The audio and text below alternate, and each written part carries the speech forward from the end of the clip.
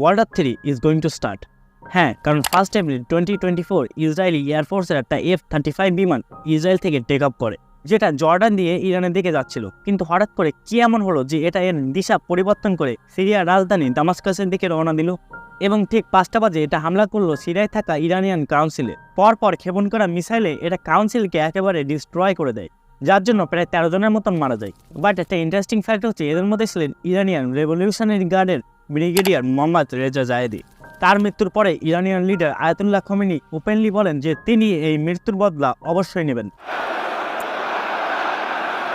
رد به منزله خاک من مثل اینکه به خاک ما حمله کردن این عرف دنیاست এবং এই স্টেটমেন্টের উপরই ডিপেন্ড করে 13 এপ্রিল 2024 ইরান প্রায় 170 বোম্বার্ডারস এবং প্রায় 300টার মতন মিসাইল ইসরায়েলে ক্ষেপণ করে।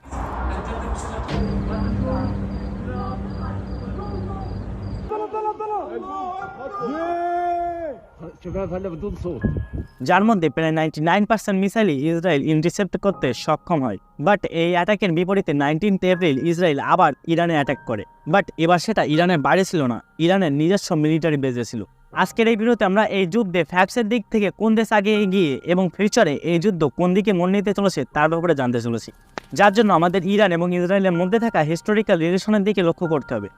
তো চলো আর দেরি করে শুরু করা যাক।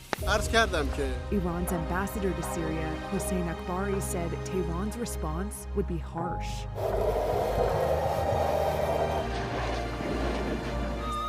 Yes, yeah, Alpha. Stop.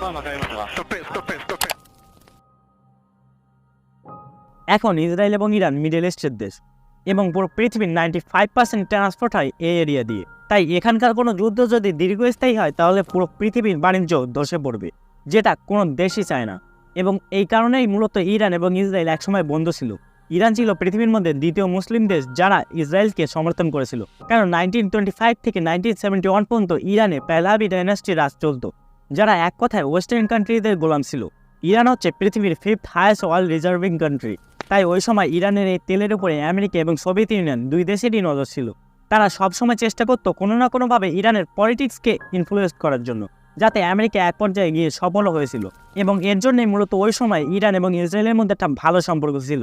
But 1971-এ যখনই ইরানের religious political leader Ayatollah Khomeini এই দেশের প্রেসিডেন্ট হন, তখনই এই বন্ধুত্ব শত্রুতায় পরিণত হয়ে গেল। আর তখন থেকে ইসরায়েল নানাভাবে ইরানের হাই প্রোফাইল মানুষদের মারতে শুরু করলো, এবং আমেরিকাও এই ঘটনার সাথে ফুললি সাপোর্ট দেখালো। কারণ আমেরিকাকে যদি মিডল ইস্টকে কন্ট্রোল করতে হয় তবে ইসরায়েলের সাথে বন্ধুত্ব একটা খুবই ইম্পর্ট্যান্ট জিনিস। তাই আমেরিকা কোনোভাবে চেত না ইসরায়েল তাদের হাত থেকে বেরিয়ে যাক। বাট এইবার কিন্তু ইরান অনেক অ্যাগ্রেসিভলি একটা মুভ নিল। এর আগে কিন্তু এমনটা কোনোদিনও হয়নি। এসব থেকে বড় কারণ হচ্ছে গাজায় চলা ইসরায়েলের নির্মম অত্যাচার। 7 অক্টোবর 2023 থেকে আজ পর্যন্ত গাজায় প্রায় 35,000-এরও বেশি মানুষ মারা গেছে।